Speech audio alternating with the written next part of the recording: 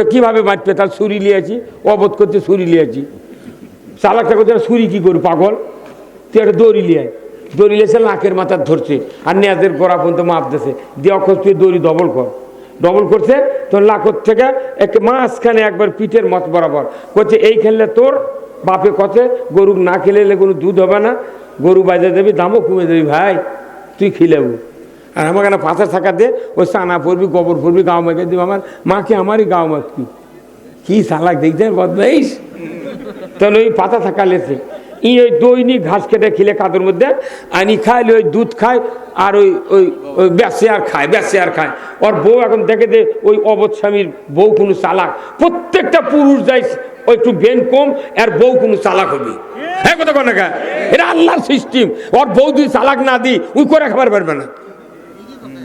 এক বুঝিছি এতক্ষণ গেলে মরদি আছে হ্যাঁ, ওই রাত্রের কথাই ঢ্যামনার বেটা তুই মরবু, তোর পাও না গন্ধ বাড়াছে, হ্যাঁ তুই এলে কি করছো, কি পায়ের দিক তাকে দেখতো গ্লাবের মধ্যে থাকা যাচ্ছে না।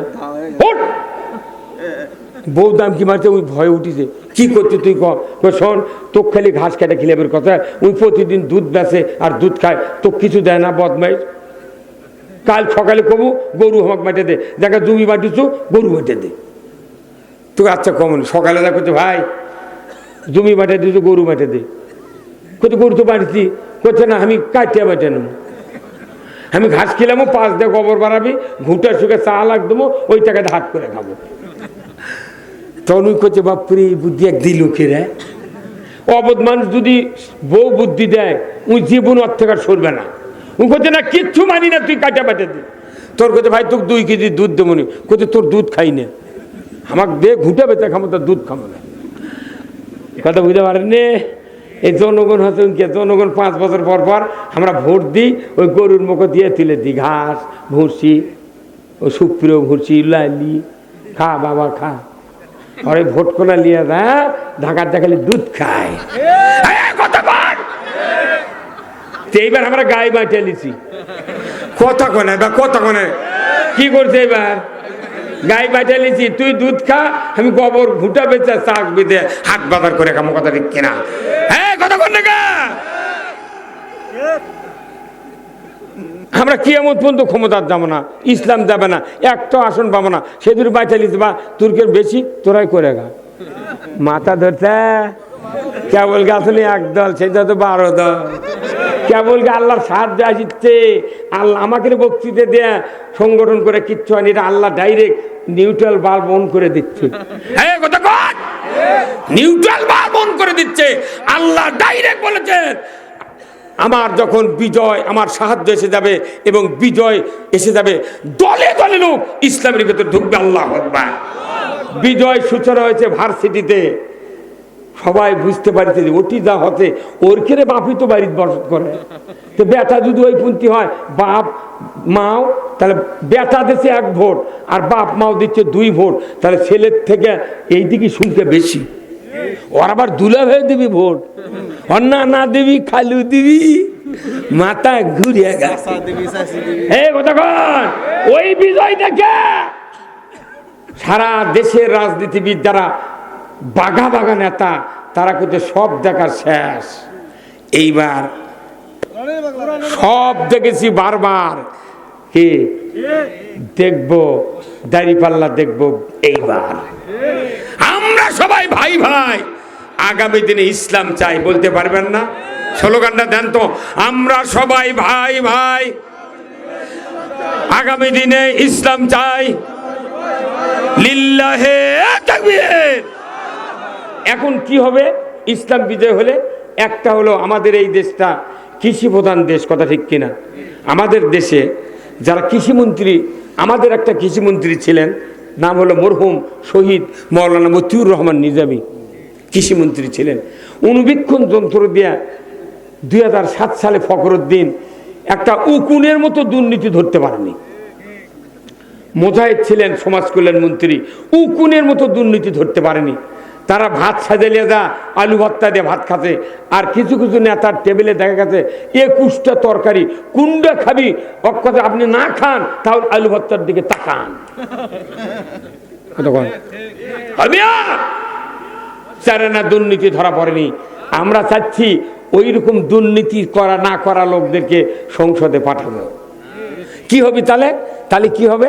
আজকে কবি তুমি এই কি কাম, তোমার দাড়ি গো, টুপি গো, তনুই তো খালি ঢোক চিপি সকলে করছে, আরে এক থুচু করে বার করে দে, কত কয় সবাই একসাথে করে বার করে দে। এর মধ্যে মোতালি যাচ্ছে জুম্মার কাছে, কেন এত গোলমাল কে? মোতালি জুম্মার ঢুকে দেখে গোলমাল, কে ভাই এলে কি তোমরা চিৎকার করছো কে? তখন বলবি আপনি দেখেন ইমামের দিকটাকে দেখেন। মোতালি ইমামের দিকটাকে থেকে ব্যাগতি কিরি কিরি ওই শুক্রবার দাঁড়িয়েছিল কামে সাজ করছে গা। উই আবার কবি তেল মারুচ্ছু ও গলা ধাক্কা দিয়ে বার করে দি। হ্যাঁ কথা কয়, সুন্নত কাটলে যদি এত রাগ হয়, এত শক্তি হয়, এত ঐক্যবদ্ধ হওয়ার ইচ্ছা হয়, আল্লাহ কোরআনে বলছেন যে সুন্নতের জন্য তুমি এত পারাপারি করছো, আমি আল্লাহ বলছি যে তোমরা যদি ঈমান আনতে চাও একটা শর্ত পূরণ করে ঈমান আনতে হবে। ধরেন আল্লাহু আকবার। শর্তটি হলেই কোরআনুল কারিমে আল্লাহ বলছেন ফামাই ইয়াকফুর বিত্তাগুত। আল্লাহ কোরআনে বলছেন ফামাই ইয়াকফুর বিত্তাগুত ওয়া ইউমিন বিল্লাহ। তোমরা তাগুতকে অস্বীকার করো, তারপরে তোমরা ঈমান আনো। ধরে কোন আল্লাহু আকবার। আগে কাকে অস্বীকার করতে হবে? তাগুতকে অস্বীকার করতে হবে।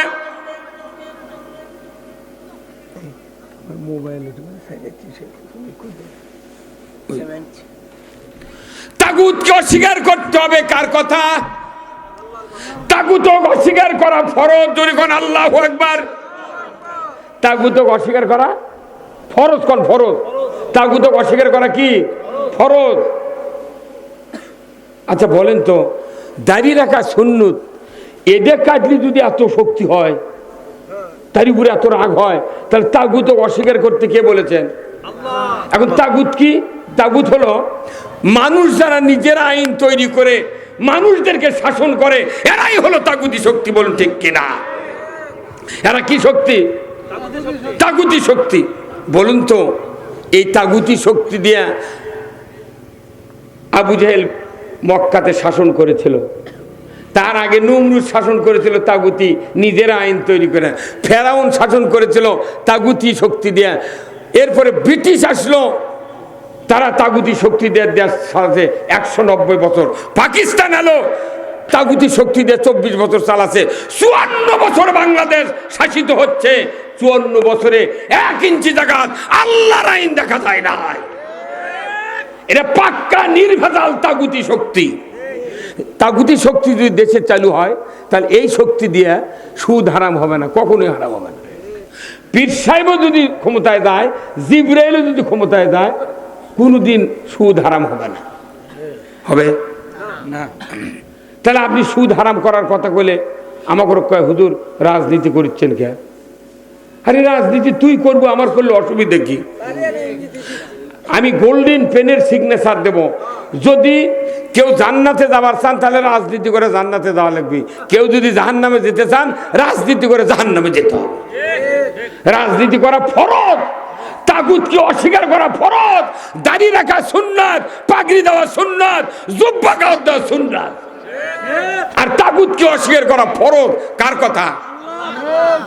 সেই তাগুত মাথার থসে, চিন্তার মধ্যে পকেটের থসে, দাড়ির থসে, অর্থনীতির থসে, রাজনীতির থসে, দুনিয়ার সব জায়গার তাগুত পানি খিলে বাঁচাচ্ছে। তাগুত আলী কয় পাগলা, আপনার ছাড়া কে এগুলা করে পাবে? আর আমরা তা যখন চাই, তোর বা কাকু খোবেন না, আমাকে দেন, ঘন ঘন আসেন না, সন্ধে করে মানছি নি, এবার কি পার্টি? তার কব্বর মধ্যে যখন শুভরি, তোর হেল্পার কে যাবি? উঠি সন্ধে হয় না? আল্লাহ তোর মোটে গেলে দেখিচ্ছে। আমার আল্লাহ কোরআনুল কারীম বলছেন তাগুতকে অস্বীকার করা ফরজ। জোরে কোন আল্লাহু আকবার। আমাদের কবরে যেতে হবে, দুনিয়ায় বাঁচতে হবে একমাত্র আল্লাহর আইনে। কার আইনে? কিন্তু আমাদের দেশে আল্লাহর আইন আছে? খালি মানুষের আইন। যাই ক্ষমতার যায় তারই আইনদের দেশ চলে, কথা ঠিক কিনা? তাহলে এই কামটা কি ভালো হচ্ছে? আচ্ছা আপনার ওই যে মোটর সাইকেল চেনেন, ওই যে মোটর সাইকেল, ওই মোটর সাইকেলের সৃষ্টিকর্তা কে? মানুষ নয়, ইঞ্জিনিয়ার। ওই মোটর সাইকেল বানাচ্ছে সব মানুষই সৃষ্টিকর্তা হলো নি? তার একটা দিন মজুরি বাড়ি 10টা হুন্ডা থাকলো না, ওই আজ একটা বানালো কাল আর একটা বানানো হয়নি, কতক্ষণ দেখা। কিন্তু সবাই মানুষ না, সবাই কোনো সৃষ্টিকর্তা নাই। ওর সৃষ্টিকর্তা হলো ইন্ডিয়ার বাজাজ কোম্পানির ইঞ্জিনিয়াররা, কতক্ষণ। সিডিআইটির সৃষ্টিকর্তা জাপানত ইঞ্জিনিয়ার, কতক্ষণ। তা আপনি ওই একটা হুন্ডা যদি ওই যার সৃষ্টিকর্তা 265টা পার্টস আছে ওই হুন্ডার, প্রত্যেকটা পার্টসের বইয়ের মধ্যে ক্যাটালগ পার্টস দেখে দেখে ছবির নাম লেখা আছে, কিন্তু ট্যাঙ্কি দেখে লেখা দিয়েছে অকটিন অবলিক পেট্রোল। এই মোটরযান চলবে কি দিয়ে? পেট্রোল কিংবা অকটেন দিয়ে। আমার জীবনে আমি যখন মোটরসাইকেল চালাচ্ছি প্রথম, তখন একটা মোটরসাইকেল তেল তুলছি 4 গ্যালনের দাম 27 টাকা। 4 গ্যালন কত? আর এখন 1 লিটারের দাম 4 লিটারে 1 গ্যালন। 1 লিটার আমি 124 করে কিনছি অকটেন। আমার হুন্ডার তুলেছি, আর 5 লিটার 6 লিটার তুলছি পেট্রোল, 5 লিটার অকটেন। তাহলে একটা হলো 120 আর একটা হলো 124। এই পেট্রোল যদি 1000 টাকা লিটারও চলে, মোট হুন্ডা আনা কিনতে বাধ্য। কারণ ওই সৃষ্টিকর্তা কয়া দিয়েছে পেট্রোল কিংবা অকটেন দিয়ে চলবি, ডিজেলও চলবে না, কেরোসিনও চলবে না, কতক্ষণ একা। আপনি কেরোসিন তুলে যদি কিয়ামত পর্যন্ত ছুটা মানুষরা কিক করেন, স্টার্ট তো দূরের কথা, ধোঁয়া বাড়াবে না, কতক্ষণ এবারে। এখন আমি যদি কই ভাই খবরদার খবরদার, এই হুন্ডা যদি স্টার্ট করতে চান, স্টার্ট দিতে চান, পেট্রোল অকটেন ছাড়া কোনো উপায় নাই, তাহলে কি ওই হুন্ডালা আমাকে মামলা দেবে? মামলা দেবে কে? আমি কি আসল কথা বলছি না মিথ্যা কথা বলছি? ওই ওনারই কথা বলেছি, সৃষ্টিকর্তা কয়া দিয়েছে অকটেন আর পেট্রোল ছাড়া এটা চলবে না। তুমি ডিজেল তুলেছো, ভুল করছো, এটা দেখ কিয়ামত পর্যন্ত স্টার্ট হবে না, মানে খাটনি করো না। তখন তুই কয় কি রে তুই এই কত কবু, একে আমাকে মারবি? তে বাংলাদেশের অবস্থা কাছে কি? আল্লাহ কছে তুমি মানব যান, ওটা মোটর যান। মোটর যান যিনি তৈরি করেছেন তার আইনে তুমি মোটর যান চালাতে ইচ্ছে করো, ওই আইন ছাড়া মোটর যান চলে না। আর মানব যান তৈরি করেছে আল্লাহ। আল্লাহ বলেছেন আমি 2টা ধারা দিচ্ছি, ওটা যেমন অকটেন আর পেট্রোল, আর মানব যান চলবে কোরআন আর হাদিস দিয়ে, বলেন ঠিক কিনা?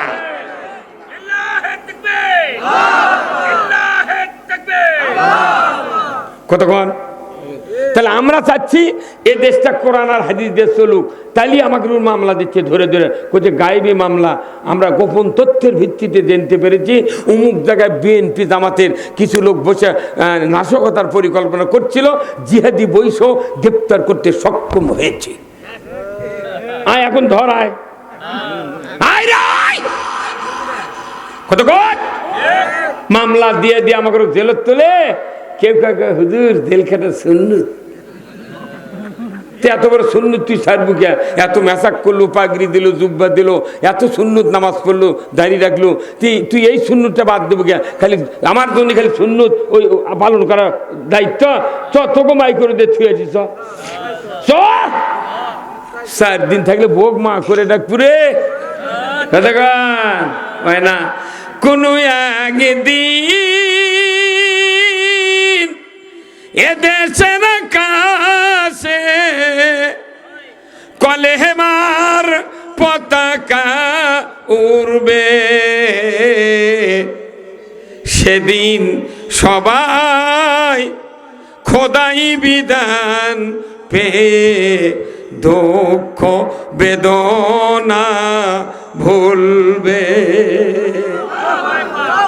কোরআন হাদিসের যত বক্তৃতা আছে সমস্ত বক্তৃতায় 1 লাইনের মধ্যে ঢুকান আছে, যতক্ষণ কলেমার পতাকা ইসলাম বিজয় না হবে মানব জাতির কোনো দুঃখ বেদনা নিশ্চিহ্ন হতে পারে না, পারে না। আমার ভাইয়েরা, আজ থেকে 1500 বছর আগে মক্কাতে রাসূলের নবুয়তি বয়স প্রায় 12:30 পার হয়ে গেছে। সাহাবাদের উপর অত্যাচার নির্যাতন শুরু হয়ে গেছে। এত অত্যাচার, মারপিট, এত শহীদের সংখ্যা বেড়ে গেল। আল্লাহর নবী অস্থিরতা পরিবেশ দেখে হযরত আয়েশা সিদ্দিকাকে বললেন, আয়েশা, একটা কম্বল আমাকে দিয়ে দাও, আমি আর লোকালয়ে থাকবো না, আমি যাব ওই মাতাফে কাবার চত্বরে নিরিবিলি, আমি কম্বল ঠেস দিয়ে বসে একটু নিরিবিলি থাকতে চাই, আর আমার সাহাবেদের অত্যাচার নির্যাতন আর ভালো লাগে না। কম্বল দেওয়া হলো, রসুল নিয়ে চলে গেলেন মক্কার মাতাফে কাবার চত্বরে, কাবার ছায়ার ভেতরে কম্বলটা রেখে বগলের নিচে দিয়ে উনি কাত হয়ে আরাম ফরমাচ্ছেন। এমন সময় রসুলের একজন সাহাবী হযরতে খাব্বাব রাদিয়াল্লাহু তাআলা আনহু রসুলের সামনে হাজির। আল্লাহর নবীকে সাহাবী বললেন, আসসালামু আলাইকা ইয়া রাসূলুল্লাহ, ইয়া হাবিবাল্লাহ, মাতা নাসরুল্লাহ, আল্লাহর সাহায্য কি আসবে না? আপনি কি দোয়া করবেন না আমাদের জন্য? সাহায্যের জন্য কি দোয়া করবেন না? নবীজি সোজা হয়ে বসলেন, বললেন, খাব্বাব, এত তাড়াহুড়া করছো কেন? তুমি জানো না আমাদের পূর্বে যারা দ্বীনের দাওয়াত দেওয়ার জন্য পৃথিবীতে এসেছিলেন, তাদের কাউকে আগুনের কুণ্ডতে ফেলে দেওয়া হয়েছে, কাউকে লোহার চেরনে দিয়া শরীর থেকে গোশতগুলি হাড্ডির থেকে আলাদা করে দেওয়া হয়েছে, কাউকে কোমর পর্যন্ত গেড়ে দিয়া করাত দিয়ে দ্বিখণ্ডিত করা হয়েছে, কাউকে উত্তপ্ত তেলের ভেতরে ফেলে দিয়ে তাকে ভাজিয়ে ফেলা হয়েছে। রে খাব্বাব, এত অস্থির হচ্ছে কেন? তুমি জানো না অচিরেই দেখতে পাবে এমন একটা সোনার সমাজ, যে সমাজে একজন ষোড়শী যুবতী সোনার অলংকার পরিহিত অবস্থায় একা একা সানা থেকে হাজরামুত পর্যন্ত যৌবনের লাবণ্যতা নিয়ে একা একা যাবে, আসবে। লা ইয়াখাফু ইল্লাল্লাহ, আল্লাহর ভয় ছাড়া কারো ভয় থাকবে না। সেদিন বেশি দূরে নয়, আমরা পৃথিবীর ইতিহাস পড়ে দেখেছি, যে সমাজে যত অত্যাচার, নির্যাতন, নিপীড়ন হয়েছে গততে এবং ভবিষ্যতে হবে, এই নির্যাতিত নিপীড়িত সমাজকে শান্তিতে ভরানোর জন্য ইসলাম ছাড়া আর কোনো পথ না। বারবার ক্ষমতার হাত বদলিবে, কিন্তু ইসলাম যদি না থাকে মই ডলা খাওয়াই লাগবে। কথা বলে মারে, কথা কি খারাপ বললাম? হ্যাঁ, আচ্ছা, আমি মনে করেন হাজার কি মুন্সিপাড়া চিনি না, ওই বটতলা নেই, এদের রাস্তাতে নামলাম, ওটি আছে, আমি বলেছি এক লোক দাঁড়িয়ে আছে, ভাই হাজার কি মুন্সিপাড়া কোন দিক? আমি জানি না, আবার আমাকে ভুলে ধরেছি, কোন দিক যাচ্ছে আমার দিকও ঠিক নেই। যে লোক ওটি দাঁড়িয়ে আছে কোথায় পাকা রাস্তাতে চলে যান, তো হাত কিভাবে দেখাচ্ছে, লাগা দল সারা পাড়া, জামাল হাট দেয়া, রানীর হাট পাড়া একবার লাগা, ওই গল বিষয় দিয়ে দেশি গ্রাম দিয়ে একবার ওই দেওরা দেয়া, ওই যদি লাগাত একের ওই মশলুটি পর্যন্ত যায় তারা সায় মুন্সিপাড়া পাবি। তার মানে কি, আমাকে তো ভুলে ধরিছে, যাক আবার জিজ্ঞাসা করছে অকো ভুলে ধরছে। তাহলে দুই ভুলে ধরা লোকের বুদ্ধি একখান্তি হলে ই আসল ঠিকানা যাইবে না। আমাকে দেশের ভোটার কেড়ে ভুলে ধরছে, নেতাকেও ভুলে ধরছে। এখন এই দুইজন মিলে যখন ভুলে ধরার দেশ তৈরি হয়ে গেছে, ঠিকানা কোনদিন ভালো হবে না। কথা কয় না বাড়ি। আচ্ছা, আপনারা হাঁস চেনেন? হাঁস, আচ্ছা, হাঁসের পেটের তলে মুগরির বাচ্চা দিয়ে কুচিয়ে দিয়েছে, মেলামুশ দেয় না ভাই? আমরা দেখেছি আগের দেশে হাঁসের বাচ্চার পেটের তলে মুরগির ডিম। 28 দিন পর কি হাঁসের বাচ্চা উঠবে? কিসের বাচ্চা? মুরগি বাচ্চা উঠছে, মালিক উঠিছে, ওই বাচ্চা উঠতে 2 দিন টোপা দিয়ে বান্ধে ছেড়ে দিয়েছে। হাঁস বাচ্চা নিয়ে ঘুরতে ঘুরতে আগনেত গেছে, আগনেত থেকে বাইরে গেছে, যা দেখে খোলার নামা একটা কুঁড়ি। হাঁস খেয়ে ওটি থাকবে? হাঁস খেলে গড় গড় করে নেমে গেছে, বুড়ো নিয়ে নেমে গেছে। নেমে যায় পানির মধ্যে, নেমে মুগরির বাচ্চা ডাকিচ্ছে কাল্লাইনকে করে, ক্যাঁক ক্যাঁক ক্যাঁক। তার মা ডাকিচ্ছে মায়, আয় মায়। কার করে ডাকিচ্ছে? মুগরি বাচ্চা করে ডাকিচ্ছে, আয় বাবা আয়। আচ্ছা, এই মুগরি বাচ্চা যদি বোঝে যে ওই পানি, ও যে হারে পানি দেখিচ্ছি, মুগরি বাচ্চা কবি হায় হায় সব বোনার, হাত চারিত পড়লে আমি মরে থাকি, বালতিত পড়লে মরে থাকি, আর কি বাদ পারে আমার পানির নাম্বার করছে। কথা কোনা করবে না, কোনি নাম্বার করছে পানির। আল্লাহ মুরগির বাচ্চা কি ব্রেন দিছে, কোনোদিন স্কুলে পড়েনি, মুক্তি হয়নি। অকালে এমন বুদ্ধি দিছে, না আমার জন্য পানি লয়, তোর জন্য পানি, আমি মরে গেলেও নামবো না। কথা কন। কিন্তু এই যদি না জানে যে না ওটি গেলে মর্ম মর্ম, এই যদি না জানে, তাহলে ওই হাঁসের কথা শুনে গড় গড় করে যদি নামে, ওই একটাও বাঁচে আসবে। আমাদের দেশের এই নেতাগুলো হচ্ছে হাঁস, আর বাংলাদেশ হলো কুচিয়ার খোলা, আর আমরা মানুষ হচ্ছে ডিম। 5 বছর উষুম দেয় আমাকে দিয়ে, ওই মুগরির বাচ্চা ফুটে আমাকে কায়, এই দিক আয়, তোর বাপ মা 14 গোষ্ঠী জান্নাত যাবি, তুই পাবু না জান্নাত, তুই কোথায় যাবি? এই কথা কন। আবার যদি মুগরির পেটের তলে হাঁসের ডিম দেয়, 28 দিন পর বাচ্চা কিসের উঠবে? হাঁসের। মুগরি লিয়া ঘুরতে ঘুরতে ঘুরতে জাহাকুরির কাছে কাছে এই পিচ্ছে পিচ্ছে হাঁসের বাচ্চা গড় গড় করে নামে। ওরা যখন গাড়ির মধ্যে নামে উল্টা বাদি দিয়ে নামে, ওরা তো নামার শেখেনি, ওরা এমনি কি ফুর্তি উল্টে দা পড়েছে, পরে ওই নৌকা লাগান ভাজিচ্ছে।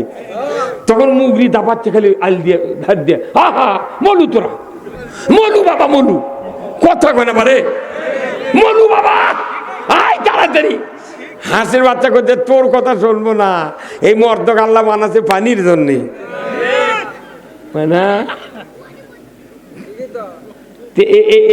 এই রাষ্ট্র হলো কুচিয়ার খোলা, আর যারা আমার শাসন করে এরা হলো মুরগি আর হাঁস। ওর কেড়ে কুচিয়ার যতদিন থাকবেন কোনোদিন জানলে বাঁচবেন না। কথা কয় না, আপনি কথা কন না, আপনি সব বোঝেন। সন্না 5 লাগে, সন্না 5 লাগে, 34-এর ধান পাওয়া যায় না। যেটা লাগাবেন সেটাই পাবেন। এটা জাতির ভাগ্য, এটা জাতির পাওনা। আল্লাহ কোরআনে বলছেন, জাহারাল ফাসাদু ফিল বাররি ওয়াল বাহার বিমা কাসাবাত আইদিন নাস। জলে স্থলে যা কিছু ঘটে বান্দা, তোমাদের 2 হাতে গড়া কাজের ফল। কয় হাতের?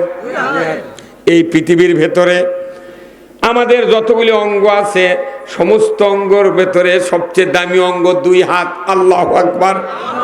কোন মানুষের যদি একটা চোখ কানা হয়ে যায়, তার ক্ষতি হয়, তার স্ত্রীর কোনো ক্ষতি হয় না।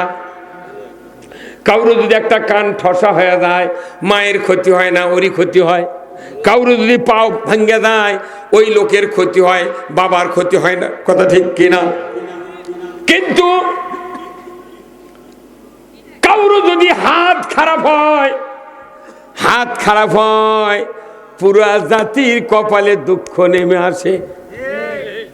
আল্লাহ বলেছেন, জাহারাল ফাসাদু ফিল বাররি ওয়াল বাহার বিমা কাসাবাত আইদিন নাস। জলস্থলে যা কিছু ঘটে, বিপর্যয়, অতিবৃষ্টি, অনাবৃষ্টি, সাইক্লোন, ভূমিকম্প, লুটতরাজ, নিপীড়ন, নির্যাতন, জেল জুলুম, মানবতার অধিকার হরণ, যত কিছু হয় বান্দা, তোমাদের 2 হাতে গড়া কাজের ফল। হাত যদি ভালো হয়, দেশ ভালো হয়, জেলা ভালো হয়, উপজেলা ভালো হয়, ইউনিয়ন ভালো হয়, ওয়ার্ড ভালো হয়, গ্রাম ভালো হয়, বাড়ি ভালো হয়। যে হাত খারাপ, ই যদি 40 বিঘা জমি বেটাকের নামে লিখে দেয়, 4 বিটিক যদি 5 কাঠা করে দেয়, তাহলে ওই হাত আর ভালো না খারাপ? তাহলে ওই কারণে ওই বাড়ির গোলমাল হবে কি হবে না? হ্যাঁ, মানে তাহলে হাতই হলো দামি। এই হাত ঠিক সব ঠিক। এই হাত দিয়ে এমন কোনো অকাম নাই যে সেটা সংগঠিত হয় না। এই হাত দিয়ে এমন কোনো ভালো কাজ নাই যে দুই হাত ছাড়া হয় না। আপনি উজু করতে দুই হাত, পায়খানার পানি খরচবেন দুই হাত, ভাত খাবেন দুই হাত, কোদাল মারবেন দুই হাত, স্টিয়ারিং ধরবেন দুই হাত, যা করবেন দুই হাত দিয়ে করতে হবে। মোবাইল টিপবেন, তাও এক হাতের তাইলত মোবাইল, আর এক হাত দেখে ঠেলিচ্ছে বেলিচ্ছে, কতক্ষণে গা এমন ঠেলা ঠেলিচ্ছে যুবকেরা, হাত ক্ষয় যাবে থেকে আঙ্গুলত মুজা লাগাছে। ওই যে এত সুন্দর করলে ঠিক মরদের এত সুন্দর ওর দাগ নামার কথা বোঝা গেছে।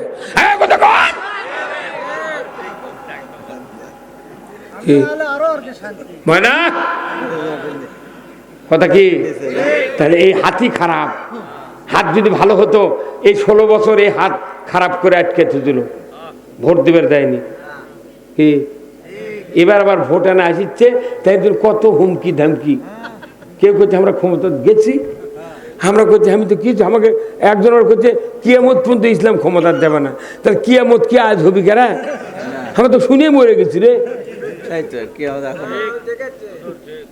আর একজন করছে মুন্সি মানুষ করছে একটাও সিট পাবে না। তো একটা সিট যদি আমরা না পাই আমাকে রোগলে এত জটিলতা কে? আমরা তো আসলে একজন, তাই দিতে করছে 8 জন, তাই থেকে হচ্ছে 10 জন, তাই 12 জন। আজ আবার 3 দল করছে আমরা আসছি। আল্লাহ আল্লাহ কোরআনে বলছেন ইজা জাআ নাসরুল্লাহি ওয়াল ফাত ওয়া রাআইতান নাসা ইয়াদখুলুনা ফি দীনিল্লাহি আফওয়াজা ফাসাব্বিহ বিহামদি রাব্বিকা ওয়াস্তাগফির ইন্নাহু কানা তাওয়াবা। সূরা নসর 30 পারা, এত বড় জটিল সূরা আল্লাহ নাজিল করেছেন। আল্লাহ বলেছেন ও পৃথিবীর মানুষেরা, যখন দেখবে আমার সাহায্য এসে গেছে আর ইসলামের বিজয় হয়েছে, আমি আল্লাহ বলে দিচ্ছি দলে দলে মানুষ ইসলামের ভেতর দাখিল হয়ে যাবে। ধরে কন্যা আল্লাহু আকবার। সারা বাংলাদেশের 8টা বিশ্ববিদ্যালয়ে ভূমিধস বিজয় হয়েছে ইসলামী ছাত্র শিবিরের। জোরে বলুন ঠিক কিনা? এই বিজয়ের সাথে কিভাবে আল্লাহ মানুষকে জড়িয়ে দিচ্ছেন দেখেন। আমরা ছিলাম 1 জন, হতে হতে হচ্ছে 12 জন, আরো যে কত হবি আরো ঠিক নেই। কারণ ওরা বুঝেছে বিজয় তো একটু পরে হবি, যখনই ইসলামরা একত্রিত হচ্ছে তখনই করছে এরাই হলো আসল শক্তি। বিজয় হয়নি তাদের খালি জড়িয়ে আসছে। এলডিবির ওলি আহমেদ করছে আসছি আমি। এই সূচনা শুরু হয়ে গেছে, মন খারাপ করছেন? আল্লাহ কোরআনে সূরা নসরে বলছেন ইসলামের বিজয় হওয়ার আগে আল্লাহর সাহায্য যখন আসবে মানুষ তখনই ঐক্যবদ্ধ হতে থাকবে। ধরে বলুন ঠিক কিনা? এ বিজয় আমাদের নয়, এ বিজয় আল্লাহর, ইসলামের। আমরা কাজ করে বক্তৃতা দিয়া কোনো কাজ করতে পারছি না। আজকে দেশে অনেক অমুসলিম আছে আমার ভাইয়েরা, আমাদের দেশের, তারা দেশীয় ভাই, তারা আমাদের কথা শোনে। গত পরশুদিন পীরগঞ্জে গেছিলাম, অনেক অমুসলিম এক জায়গাতে ওনারা প্যান্ডেল করে ওই বিছনা করে পাঠাতেছে, ঠিক প্যান্ডেলের এই সামনে বা ডান দিকে হাজার হাজার মানুষ বসে গেছে। করছে হুজুর একজন বাবার, ইসলামে যে বাপের এত এত ভালোবাসার বক্তৃতা আছে, এটা শুনে এক হিন্দু আমাকে সেদিন 500 টাকা দিয়েছে। হুজুর অনেক দিন আমার বয়স, পিতামাতার ব্যাপারে নিজের সন্তান হয়ে পিতামাতাকে আমরা কত কষ্ট দিই। হুজুর আপনাকে ধর্ম এত ভালো, হুজুর আপনার এই বক্তৃতা শুনে 500 টাকা আপনাকে দেন, আপনি মন খারাপ করবেন না। এই ভিডিও ম্যানেরা দেখেছে। আপনি জানেন একটা হিন্দু মানুষ অমুসলিম, তারা করছে ইসলাম আসুক, চুরি হলে হাত কাটবি, আমাদের বাড়ির চুরি হবে না। জেনা করলে সঙ্গে সারের আইন হবে, পূজার যা মুসলমানরা ভিড় দেবে, আমাদের বউ বুটির সাথে খারাপ ব্যবহার করে, জানা হারাম হবে, সঙ্গে সার করবি, আমার আগে নিরাপদে পূজা কর্ম, ধর্ম মানব, কোনো টোস্টাস হবে না। কত মনে গা? তারাও ইসলাম মানলে তারাও শান্তি পাবি। সুদ যদি হারাম হয় হিন্দুও বাঁচলো, মুসলমানও বাঁচলো। হ্যাঁ কত কোন গা? হ্যাঁ এদেশে চুরি হয় কি হয় না? মুসলমানের সমাজে জুম্মত স্যান্ডেল চুরি হয়। হ্যাঁ সেদিনকে আবার বক্তার আবরারুল হক আসিফের মোবাইল চুরি হচ্ছে, বক্তার মোবাইল চুরি হচ্ছে রে, সেদিনকে গাপ তুলি পাগল। জুম্মাত লিয়ে যা মুসল্লিরা আগে জুতা ঢুকায় এইভাবে, মুসল্লি চৌকটের এই পাড়াতে জুতা ইঙ্গে করে ঢুকায়, আবার সামনে থতে চোখ মুজে নামাজ পড়ে, চোখ মেলে দেখে ওঠার সময় জুতা আছে নাকি, কথা কয় না। নামাজের তো হজ জাকাত জিকির আজকার উমরা কুরবানি তারাবির ইতিকাফ এগুলো তো ধর্মীয় পাঠ, কিন্তু মানুষকে নিরাপত্তা দেবে চুরি বন্ধের আইন, মানুষকে চরিত্রের হয়রানির থেকে বাঁচাবে সঙ্গে ছাড়ের আইন, জেনার থেকে বাঁচাবে সঙ্গে ছাড়ের আইন। জেনার সঙ্গে ছাড়ের বিচার যদি হয় সব দলের মানুষের উপকার হবে। তা না করে আমাকে করছে হুজুর এনা মসজিদে ওয়াজ করবেন তো, সমাজে চুরি হচ্ছে তো এনা ওয়াজ করবেন কি? তখন আমরা বলেছি চুরি করবেন না, ওই মসজিদে চোরও বসে থাকে। ওই তখন মনে মনে কয় সুযোগ পালে হুজুরের বাড়িও ছাড়ব না। আমার আল্লাহ বলেছেন ওয়াসারিকু ওয়াসারিকাতু ফাকতাউ আইদিয়াহুমা, চোর আর চুন্নি যদি ধরা পড়ে 5টা গ্যারান্টির পর ওই চোরের